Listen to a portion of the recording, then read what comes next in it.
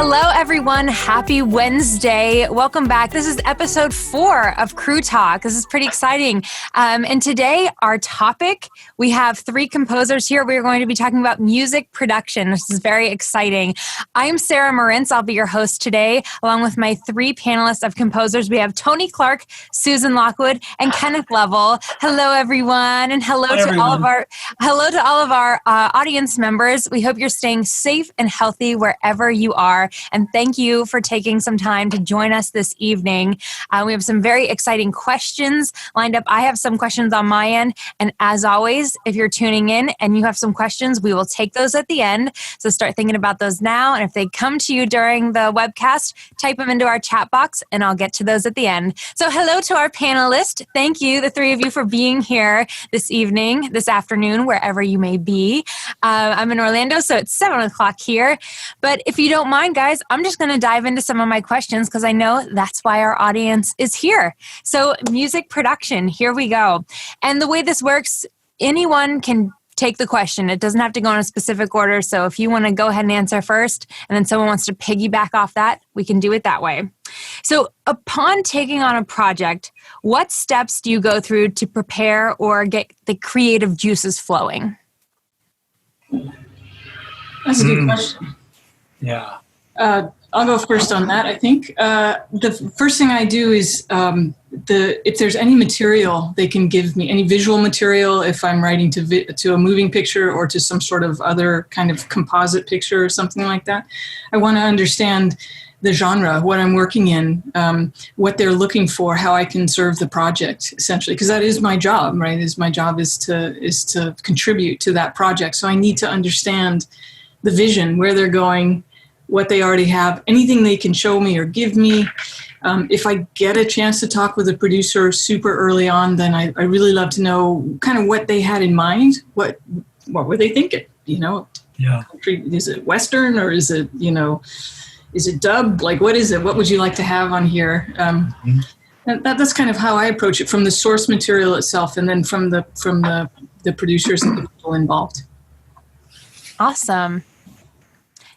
Tony or Kenneth, you want to jump on that?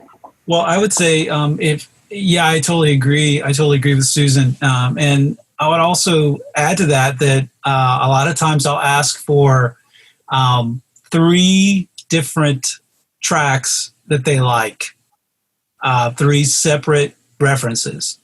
And maybe it's something about timbre and tone. Maybe it's about tempo. Maybe it's a genre thing. Maybe it's just an overall groove or vibe thing, or Mm-hmm. And I find that asking for 3 separate references that they like something, about those, that helps me to kind of triangulate in on, getting closer. Try to get closer to that bullseye. And if they can't give me 3 things that are 3 references, I feel like they probably don't have a clear idea of what they want. And I'm like, are you sure you're ready to talk to me? So, that's really what I would add to that as well.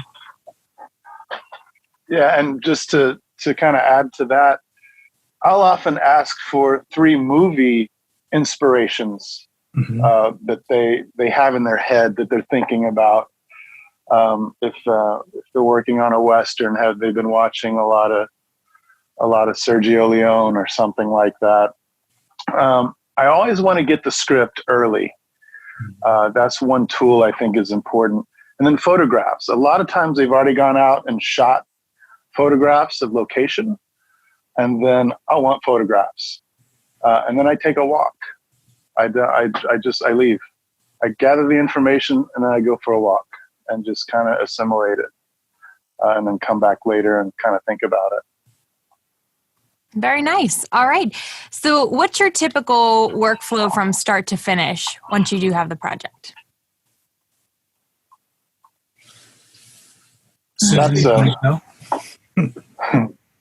That's a huge question. Yeah. We're getting the big questions out first.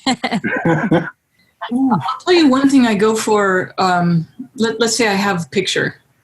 And I have something that's close to lock or anything even remotely close to what they're going to be doing. And one thing you have to realize is the first thing you get is not the last thing you'll get, right? You most likely will get versions. The first things I'm looking for is a feeling inside of me, which is very hard to explain, but possibly, I'm sure every composer goes through this. Like, what am I feeling? What is this telling to me? And then once I have a general, like a groove or a thought, then I'll start trying to lock down even something as basic as a tempo. What is the tempo of the visual that I'm looking at? And I try to match that to a BPM or a feel. Mm-hmm. And that's generally my starting point. It's so hard to say because it's really project dependent. Sure. But I feel like if I can get the structure of the piece that I'm looking at, then I can begin to shape the thoughts that are out here into, okay, it's going to fit. I'm going to want to peak here. I'm going to bring it back a bit here. This is a male voiceover, let's say, or this is a male actor speaking. So I'm going to stay away from these registers. I'm going to write up here or down here, but I'm not going to be here. Those kinds of considerations. That's the vague starting point. But after the walk, like Tony said, after you go for a walk, come back. Yeah, got to go for a walk. Walks are very important. Something has to get on the page, right? On the notional page, and that's generally where I start. Okay. Absolutely. Kenneth? I would. Go ahead, Tony. Tony, you can go. Yeah, I would say like my very first step is to get into conversations with the filmmaker and talk about what they're trying to achieve. If I've got film, then we've got a lot more to talk about. And then I'm going to be like a 3-year-old and I'm going to why them to death. Why did you do this? Why is this character acting like this? Why did you pick this color? Why? Once I really can understand his or her vision, then I can begin to think about arcs. And like you were saying, Susan, about ebb and flows and things like that. And then we can get into instrumentation and orchestration and the detail of where is there going to be music? Where is there not going to be music? You want music here? Why? Does your story not tell the story you need it to tell right here? If not, what do you need the music to do? Do you need it to help tell the story or switch the story? And then we get to writing, and then they get to changing the film over and over and over again. Yeah. I always ask for the graded copy, the color graded copy. I've had it come and it's red, and that affects me, how I'm going to write something if I see everything in red. It's an emotional thing. And then they regrade it to blue and green. It's over at that point. It's a start over at that point. So, then the nitty gritty comes. I think a lot of people think we just sit down and start writing music. And it just doesn't. There's so much thinking and talking and questions and lapse of time where you can't even get in touch with the filmmaker because they're busy. I mean, I get it. I mean, they are completely busy people, especially when I love the word that you use, Susan, emerging storytellers, where they're trying to do everything. They're trying to wear every hat. So that's kind of my process. And it always starts big, broad strokes, and then get down into the nit and the grit and the fine tuning and the detail, but always to support the story. Mm-hmm. What's going on in the story, what's going on with the character, what's going on with the scene. Maybe there's not a character in the scene. Maybe it's horses. Well, how do you write to horses? I'm laughing because I did one with horses. Right, I know. They're great. Yeah. Write to cartoon dogs. It's like, what are these dogs doing? Why are they doing this? Yeah, I think that's the important thing is communication, and I think you can foretell how a project is going to go from how good your communication is too, because many times I'd say any misses, glaring misses that we might have as composers, a lot of times I don't want to blame it on the director, but I will blame it on the communication not being clear or timely.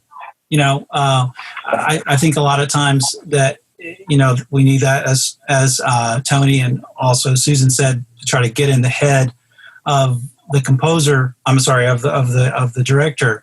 And if they're not allowing us to have that time, and be able to kind of really feel it out, it takes a lot of patience, for a director to, if they really appreciate and value what we do. I would say to new directors, please give us that extra 15 minutes. It's going to make your film so much better. And it's going to make us be able to feel confident, because I think as a composer, I can speak for myself, is I'm constantly like, oh, that was terrible. Let me hit myself again. Thank you. May have, more push-ups or whatever. So I'm constantly hard on my sleeve when I'm doing this. And so I really want to feel like I have a good shot at making you happy and making your film better. And I feel like that communication is key, at least for me. I'm one more thing to add, which I bet you both my colleagues have done, but we none of us has mentioned as yet, is one thing I ask a director or a producer or someone I'm working with in the early stages is, what do you not want? Yeah. If I put down, a dubstep here, are you going to vomit? Like, or if I give you this big orchestral moment, Mm-hmm.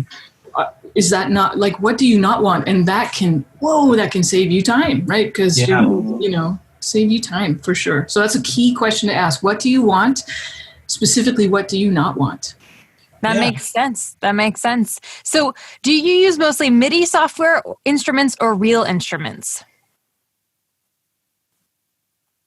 It's a mix for me. It's mostly in the box. So right now it's mostly MIDI instruments, but if I can write it into the contract and get it in the contract, I always like to add a clause about sweetening. I'm sure my fellow composers are familiar with that, but if you're not familiar with that phrase, it is bringing in a live musician to, let's say you've done most of the track MIDI, but you know a cellist who's awesome, so you reserve the cello part to be played by a real human being, which is always better. That's called sweetening the track. It's adding a human being to otherwise a MIDI track or something like that. So I always add that in to see if that's possible to do. So I've worked both ways. I haven't worked with a large ensemble recording yet, but I've worked in the box and then in the box with sweetening and then with me playing it, whatever the contract can. It's part of that is, and the guys will speak to this, is what can the contract bear, like what's in the budget. Yeah, what's in the budget. Yeah, and that's like, I also play guitar. I see guitars on your wall, so I'll try to mix. I'll always try to blend in a natural instrument, like you said, sweetening. You can go down to the university in your area and find a really good violinist, a really good cello player.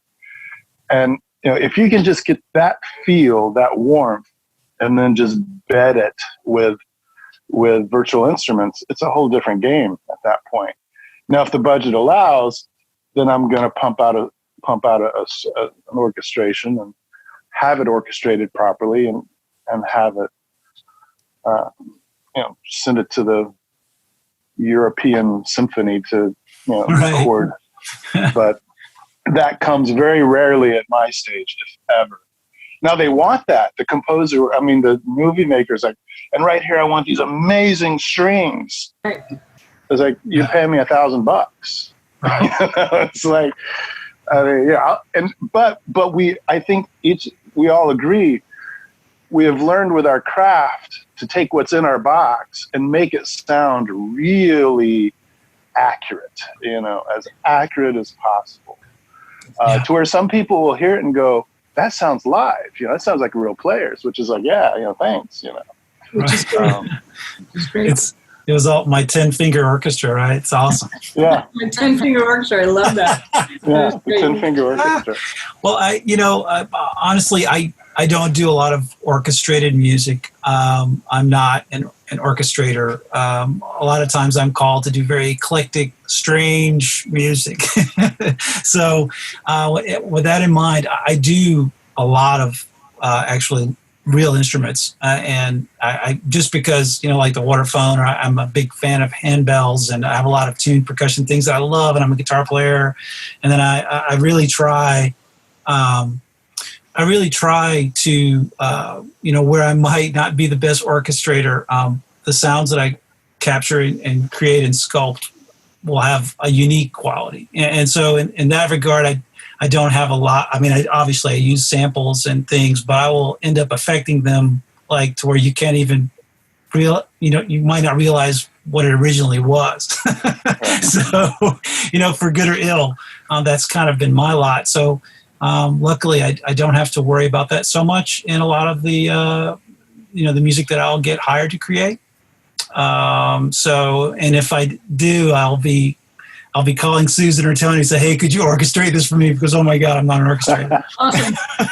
That's a good point too, because you need to build that into your schedule. If you're gonna use, you got to book studios, you have to produce parts, rehearsal time. Oh yeah. So it's a factor. Be sure, you're not paying for that. That's the take. Be sure you as the composer are not paying for that. That is in the contract.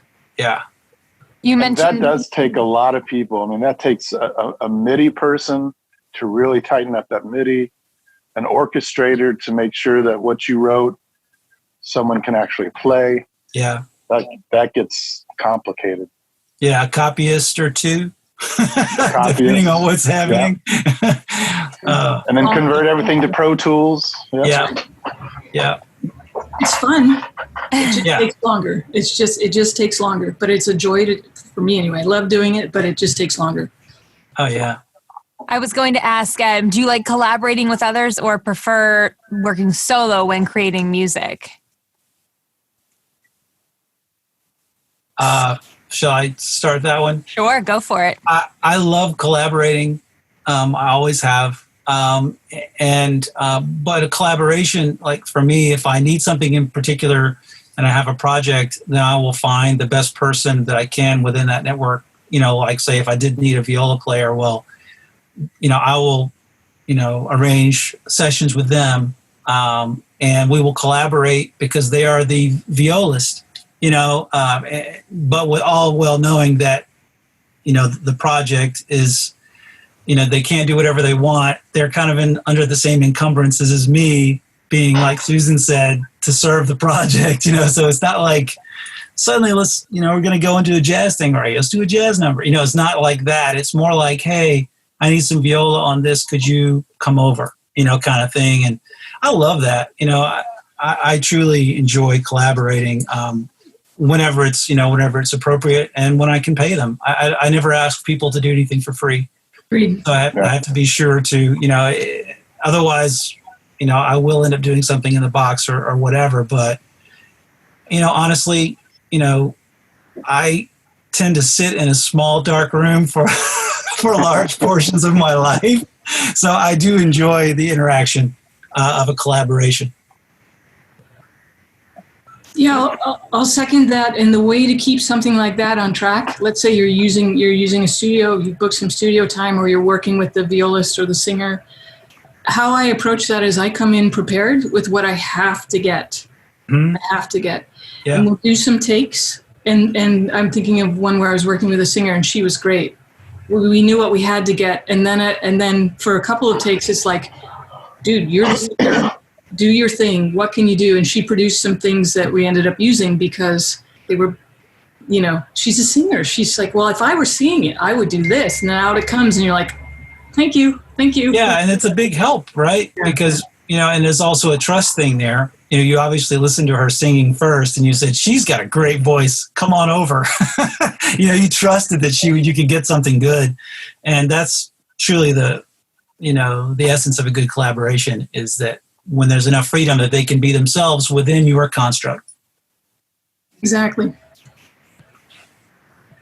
I think that, I don't know if this is collaboration. I don't know what you call it. It's the closest I've ever been to it is I might work with another composer where they've got a feature-length film.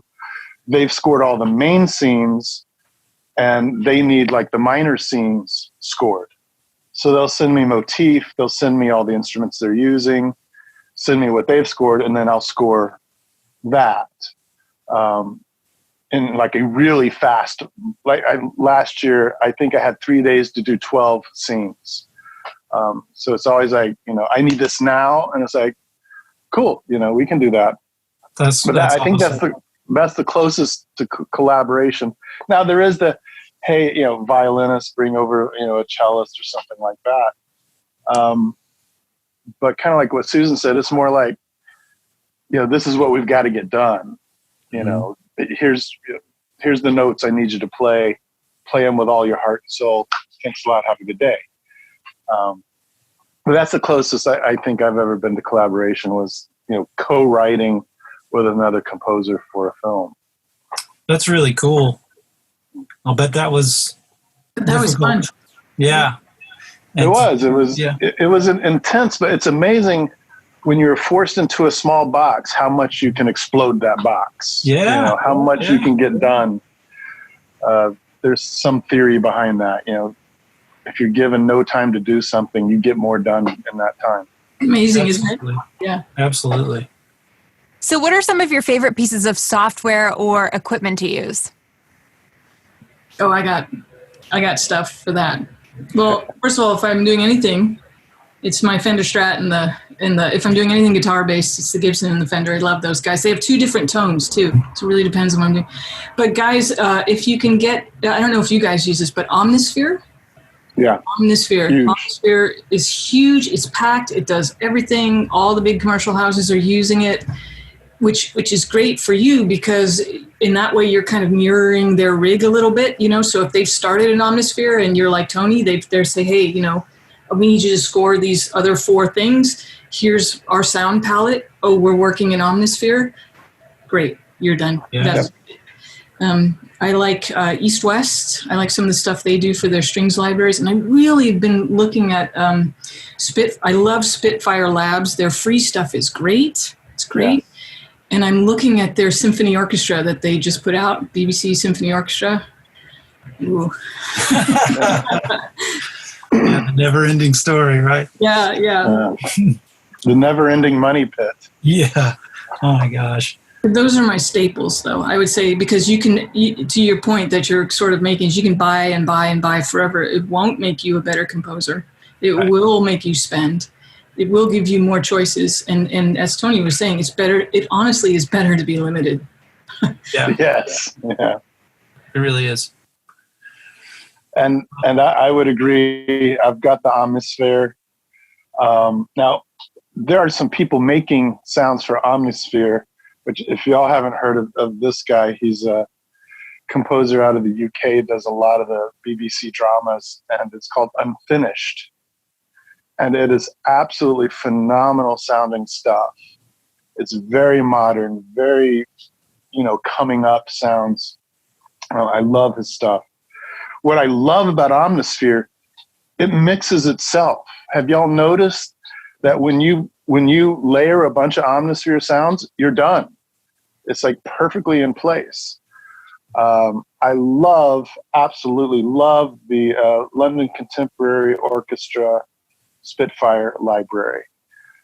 Phenomenal. And then the British drama strings from Spitfire. I like East West. I've got their subscription. I don't know how to say this. You really got to kind of get tweaky with East West. Composer Cloud. Yeah, I agree. To get it to sound in the pocket. And then Zebra, Hans Zimmer's Dark is a nice. I like using Zebra to make sounds as a synthesizer. Mm-hmm. It's really straightforward. Those are my go-tos. Omnisphere. If I'm doing strings and orchestration, I'll go to Spitfire, East West. Odd and weird stuff, Omnisphere. Yeah, recently I've been really enamored by native instruments, and the main thing that I've been using, it depends on the project, of course, but I really like Reactor. I don't know if anyone's ever messed around with a Reactor. That's kind of like the ultimate fun box. I mean, it is really crazy. I mean, I don't even it seems like it's on another level of sound generation, and which I really enjoy. And a lot of times, I don't like necessarily things out of the box so much. So what I'll do is I'll reamp things through my studio and mic it through Guitar Cabinet or that kind of thing.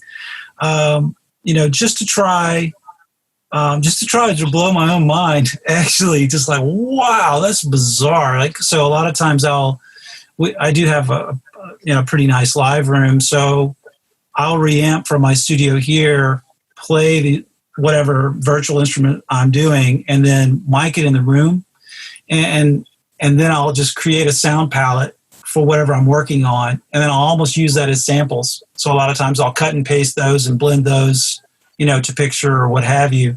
And I don't know, that process has worked pretty well for me.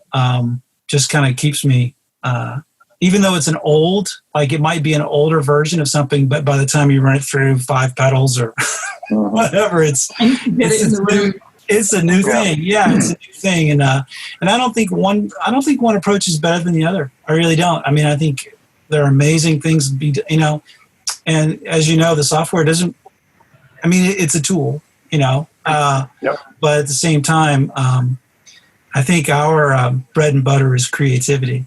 That I think that's the true thing. I was thinking about this interview today, and I was like, for us as composers, and I don't mean to, cast any shade on our video editor friends, and not even the director, but the editor will show up and he's got a hard drive full of stuff, and he's basically collating. It's like scene 1, there's a script you're following.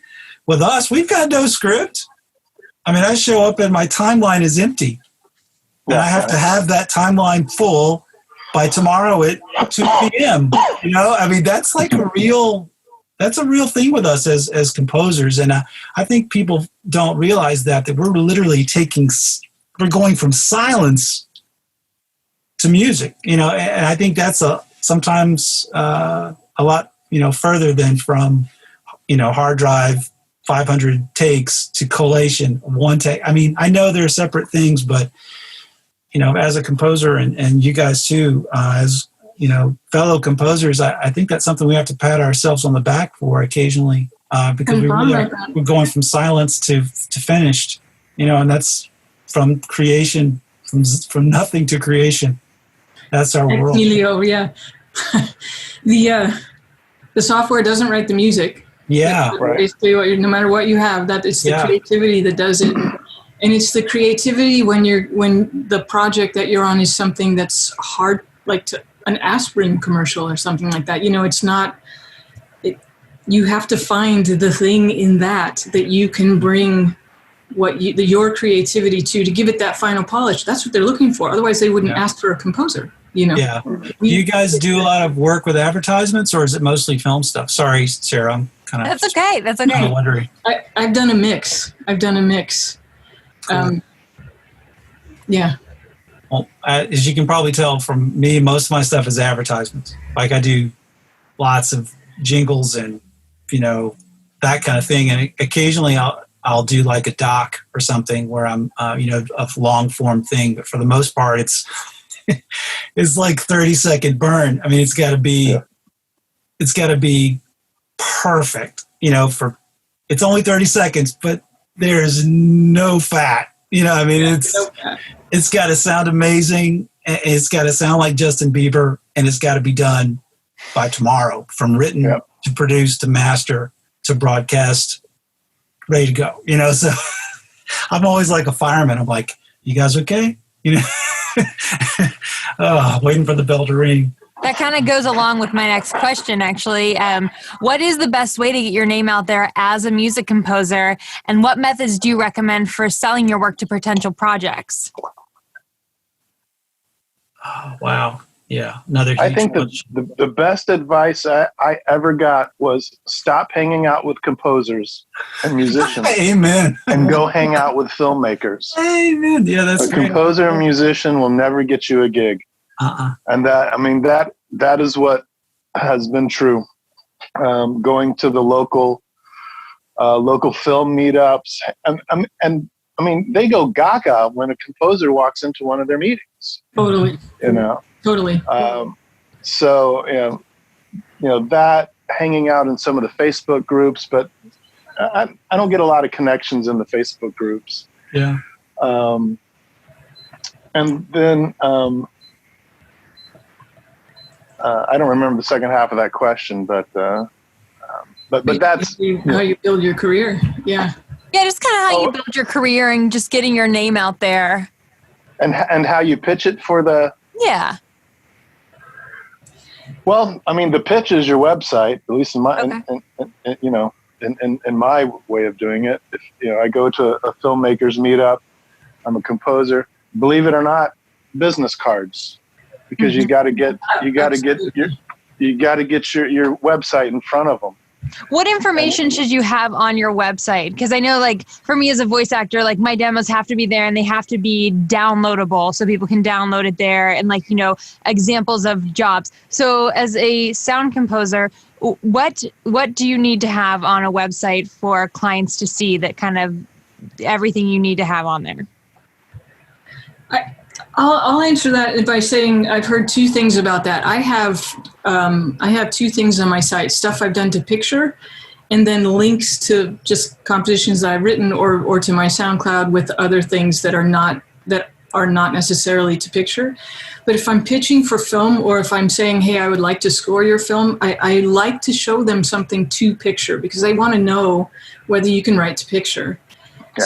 So I have, mine is kind of focused that way with links to, and I know other composers are like, nope, just listen to my music, and if it sounds right to you, then you'll know whether it'll work with your picture. So it's a 50-50 thing. I have to second the thought about being the only composer in a room is a great leg up. Like if you go to a meetup and you're the only composer, I have gotten jobs by helping friends out on film sets where they needed someone to hold the sound boom. I know nothing about that, but I'm a body that can hold the boom and point it where they tell me to, right? Yeah.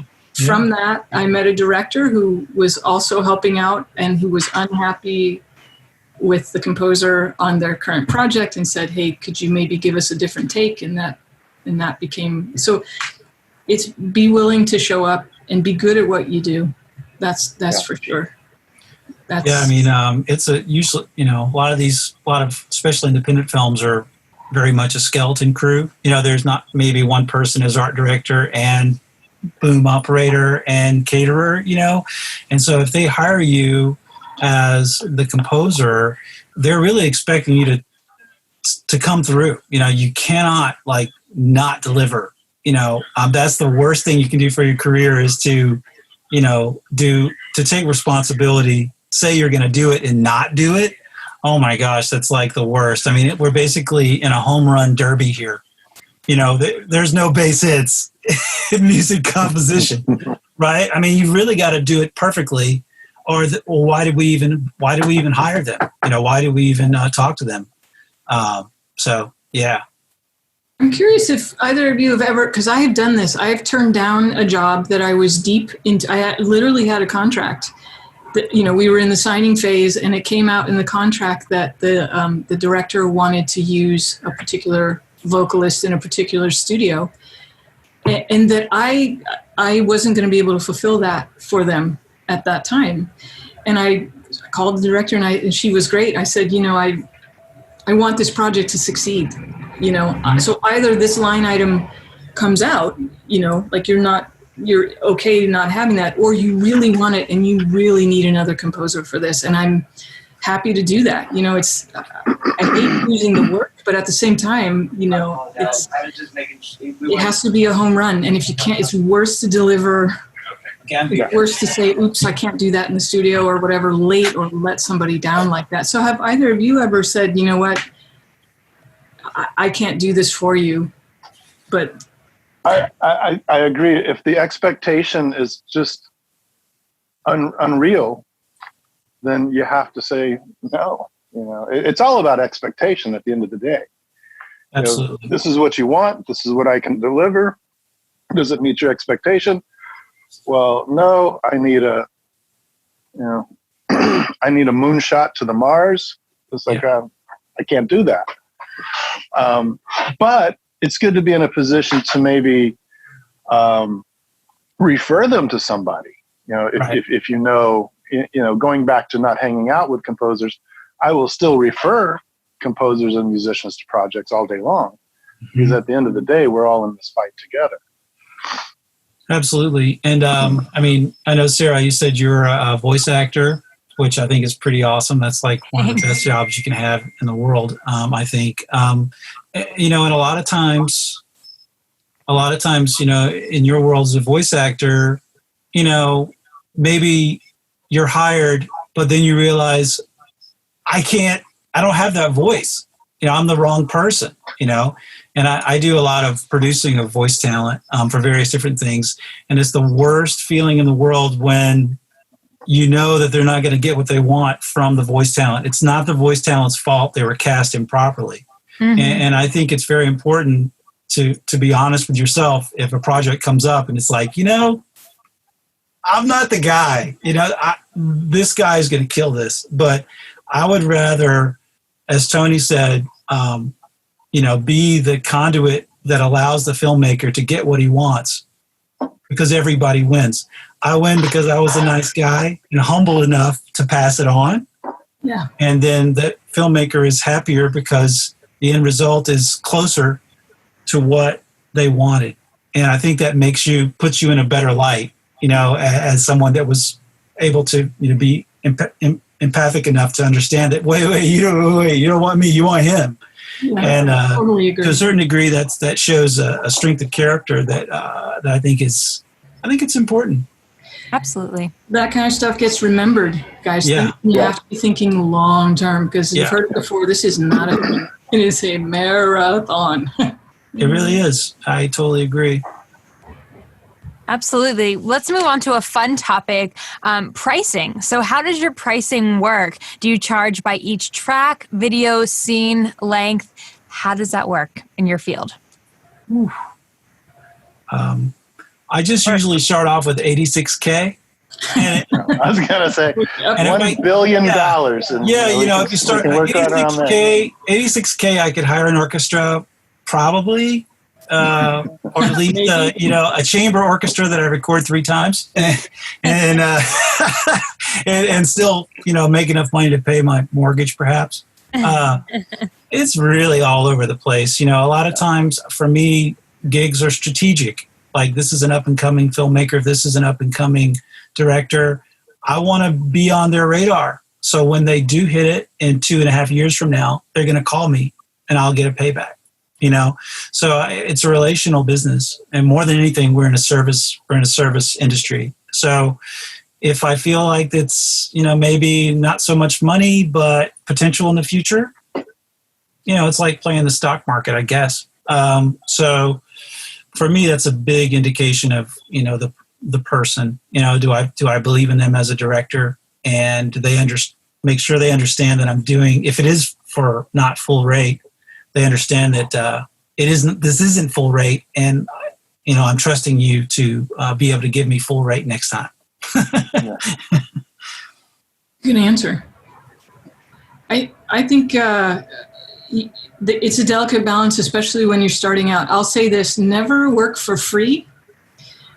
That doesn't mean that you will be paid in dollars. However, though, when you're very first starting out, not for free may mean that they buy you a pizza and a 6-pack of beer or something like that, and you write them a 10-second cue or something like that. If you're into it for a short film or something, be careful about doing those kinds of things for free, because they'll take longer than you think, right? Your time is worth money.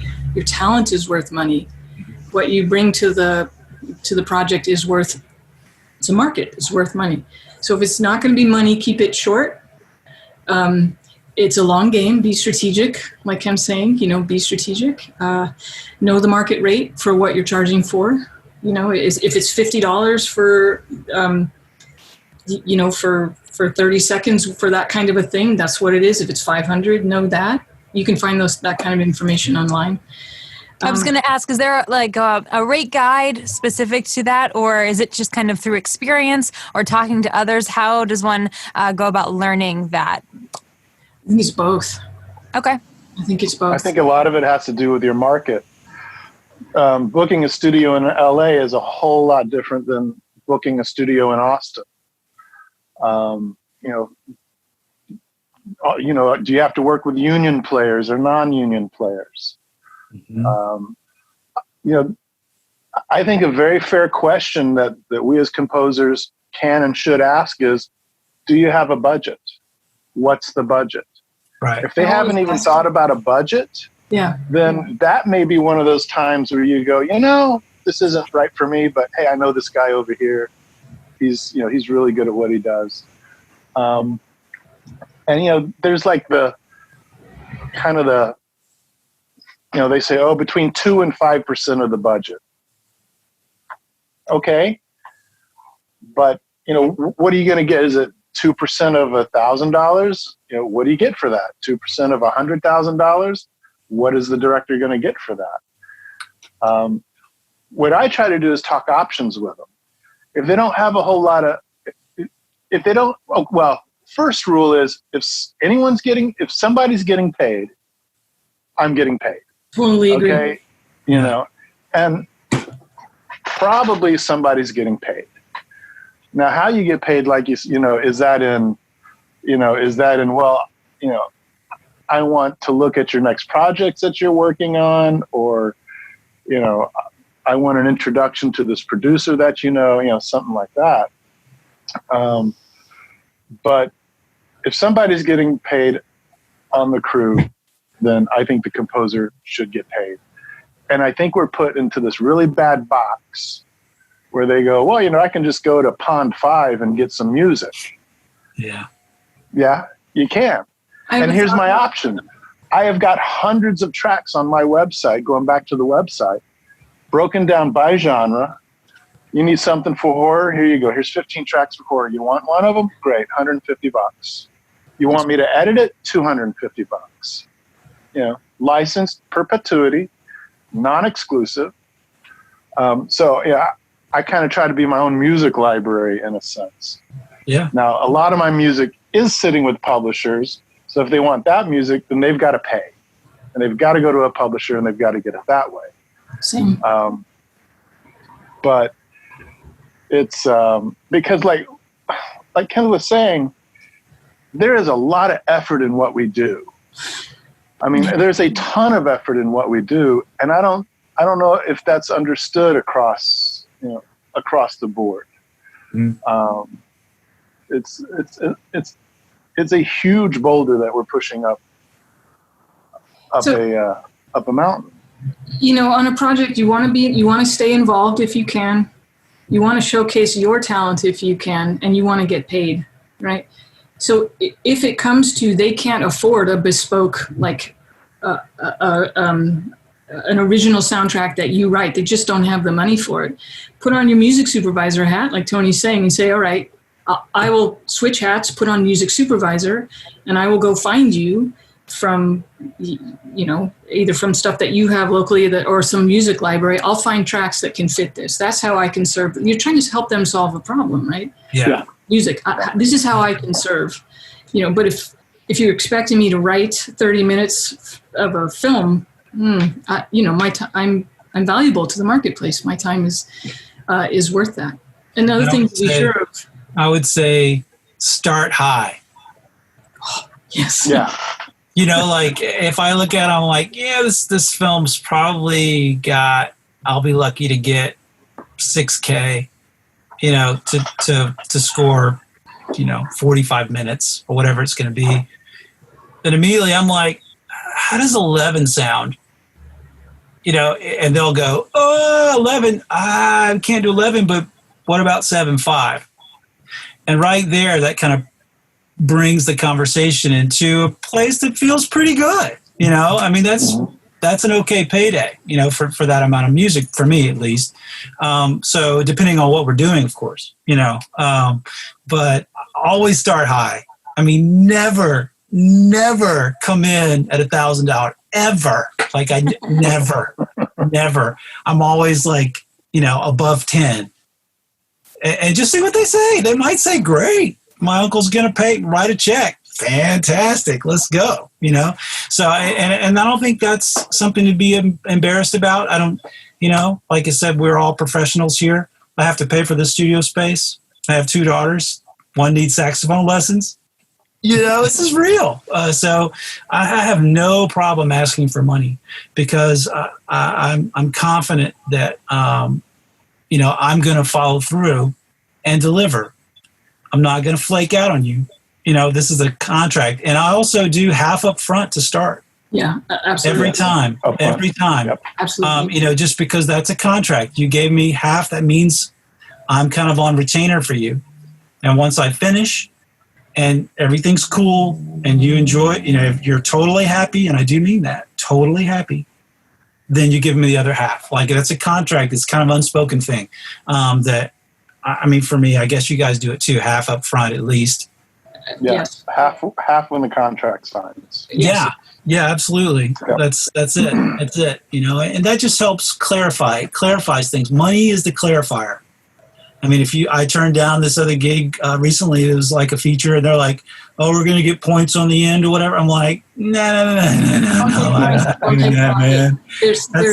You become like a slave to the whims of their editing. It's just like, no. I'll take a locked picture. I'll take a locked picture and half up front. I'm your man. You can call me any time of night. I'm going to move on to some of our audience questions now. Okay. So this is from Michael Pitzer. Are you ever asked to go back and remix for streaming versus theater? I've not yet been asked for that, no. And I've had them play both out in the theater, and I haven't yet. So it kind of stays the same. Okay. That is one thing I ask, by the way, to start out with, which is, is it going to screen, in a, like, are you going to screen it, or is it going to remain on the web, or how's that? Because that's going to help how you master it, basically. Yeah, I don't know. That's a rather interesting question because, I also am a re-recording mixer, so I mix things for broadcast, and I do the whole thing, and I do some stuff in surround depending on what we're doing. And so when he says remix for streaming, is he talking about remixing the score for streaming? Or are you talking about is he talking about a full like re-recording like dialogue? I'm just wondering because I'm constantly dealing with those standards and what Netflix want this week, and I don't know. I wonder if that's what he means. Mm-hmm. Like, is he talking about just remixing the score? Michael, if you want, yes, mega speakers for small home and computer speakers. No, I tend to mix for both at the same time. Yeah. Because you don't know where it's, Yeah, if it sounds bad on the big speakers, then there's probably something that you did wrong in your production. That's when, your music production skills and mastering and understanding of EQ and phasing and all that stuff comes in. So, no, I've never been told I should have remixed.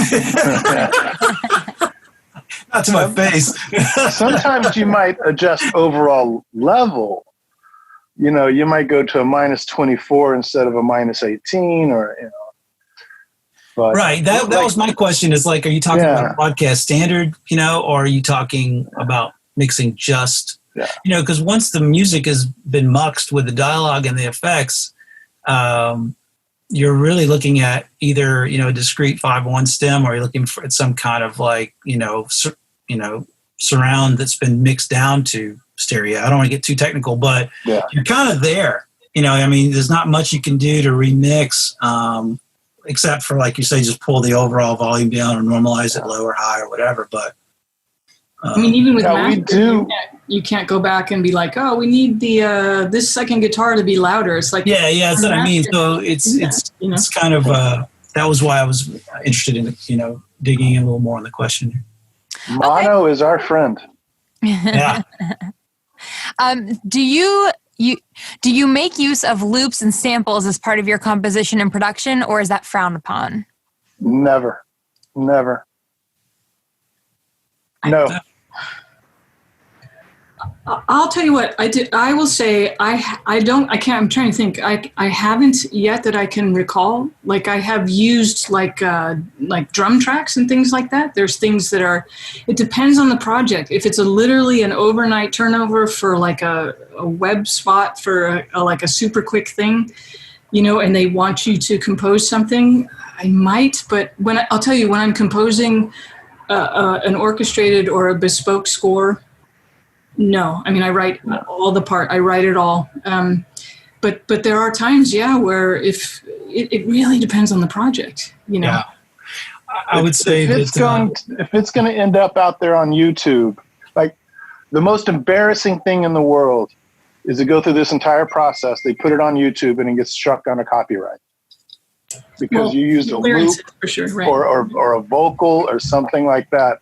And there's been a couple of big guys in Cali who have been just hammered on that lately. Yeah. To where like my publishers, they don't even want me using the sound out of the box. I have to completely tweak that sound into something different. Like if I'm using Omnisphere, I've got to take that sound and change it somehow, some way, so that their client, CBS, does not get hung on a copyright. But you're starting with that as your base, right? And adding or subtracting to a base. And then I'm adding or subtracting. Right. But when you get into loops, like vocal loops, drum loops, things like that, they can be so easily picked off by that robot that's out there listening to everything. Yeah, this is true. And this is where I'm going to have to differ with my colleagues. I use loops all the time, like all the time. As a starting point, as a feel, as a vibe. And once again, I'm not really an orchestral composer per se. I do a lot more pop inspired music. And of course, by the time it gets through the chipper, you don't recognize it at all. Right. Yeah, that's the key. I mean, it can't be recognized. Yeah, it's like you don't recognize it at all. But a lot of times what I'll do is, and it really depends, because sometimes the requests are very specific. We want it to sound, like this Justin Bieber song, and we like the intro to this Katy Perry song, and then the Beastie Boys, we want to put Beastie Boys. I'm like, how are you going to do that?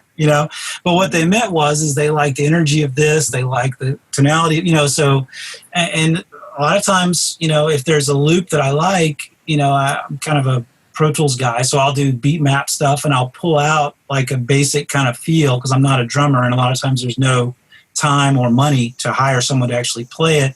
So I'll figure out like what is going on in that loop, but then, take it just that as a template per se. And then from there, add my own sounds or what have you. So yeah, I do use loops, but I wouldn't say that I try not to publish loops, but a lot of times it's very derivative, and it just because it's a fast forward button to where they want to be, what they're looking for. And I'm okay with that. If that's the time zone, the time frame, and I'm like, what else do you want me to do? Sure.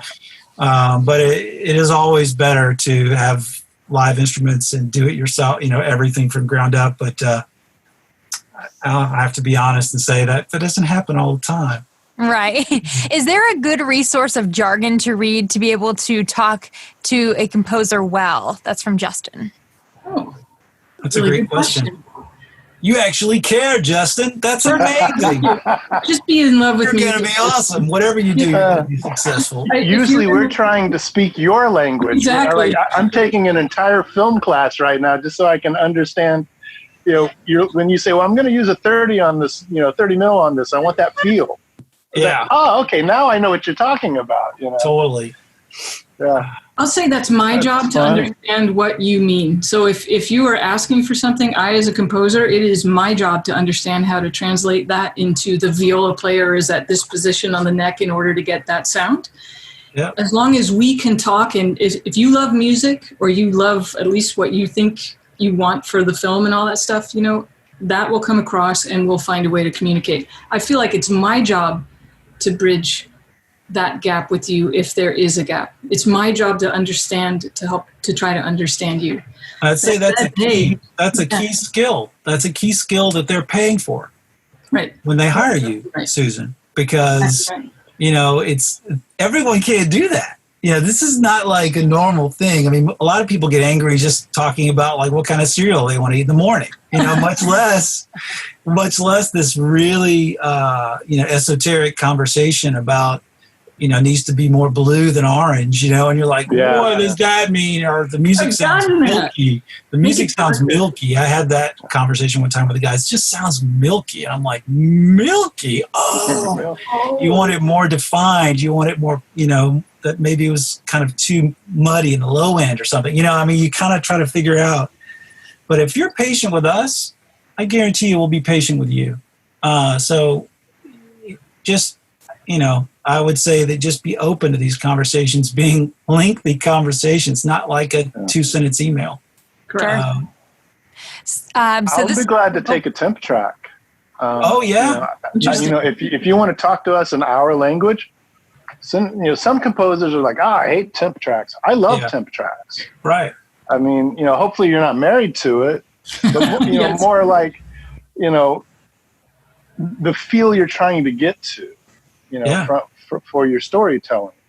That's fantastic. Having a reference track. Yeah, and that's what I like earlier we talked about. Like I like to have 3. Mm-hmm. 3 is, I found that to be awesome. And if they can't find 3, I'm like, you can. Dig a little deeper. You can find 3. I know you can because everyone else has. It's a great conversation starter. Right. It definitely narrows your focus. Right. At least for me, it's worked very well. I have a question from Navi in the audience. What is your advice to finding a mentor? As a starter in the field, what can one offer to the mentor to interest them in mentoring the individual? It's a really good question, Navi. Are you a good orchestrator? Yeah. What do you bring? What do you bring to the table? That's it. Can you organize my library of music so that I've got a better handle on it? Are you a good metadata tagger? Yeah. There's lots of things that at least I could use in my flow. And if you have that type of skill, because it is an exchange. It has to be an exchange. Yeah. It has to be. I would say you need 2 kinds of mentors, and I'll talk about the one you're asking about first, which is whatever skill you have. It could be office management. It could be, you're really good at listening to and picking out tracks or sourcing music and giving me 10 tracks that I could choose from, or 3 or whatever, down selecting. All those kinds of things are really great. And just to be able to be in a room with someone who has a little bit more experience than you have is a great learning tool, whether it's a virtual room or a real room. So that's career-wise. Composing-wise, choose your mentors carefully. They could be dead. Your mentor could be Beethoven, and it could be sitting with a Chopin nocturne and trying to get to how he's expressing himself, and then taking that back into your work. So don't forget those mentors as well, because it's like what we were saying on the call. Your filmmakers want you to deeply understand music in a way that they may not deeply understand, so that you can bring a dimension to what they do that they are looking for, that will delight them. And that has to do with how you develop as a composer. Yes, your career, but don't forget the other part of it as well, because ultimately that's what makes you most valuable. Mm-hmm. Yeah. Absolutely great advice. We're going to have one last question as we're wrapping up here. This has been an awesome hour. Mike Hall wants to know, are there any online forums of networking that work best, and what are the best networking sites? I would say start local. Yes. Find, get on Google and say in Austin independent filmmaker forums. Meetup. That way you can meet people, in person and talk and have coffee and things like that. It's a matter of just a Google search at that point. There's some massive composer sites, but some of those sites are so far over my head. Yeah. When Hans Zimmer drops in to make a comment, I'm like, well, I'm out. It's like, right. I'm out of this one. So I'll give you Steven Spielberg's answer to that question. Because I saw a thing where someone in the audience asked him that exact question. And he said, look around the room. He said, I'll be frank with you, the odds of you getting to be able to make a film with me at this point in your career, very, very long, right? You just won't, it's realistically not. The people around the room with you, next to you, those are the filmmakers you're going to be making films with. That's where you start to network with. So if that means a meetup, if you go to meetup.com and put in like, hey, filmmakers in the area, writers, filmmakers, writers, composers, start local. That's what matters. That's people work with their friends in this industry. Yeah. They hire people they trust. And that's so right. If it's someone you can know locally and sit down with a cup of coffee with much, much greater odds of actually getting your work on picture, doing it that way. And I would say too that now, since there are no actual cups of coffee together, that this type of event is really awesome.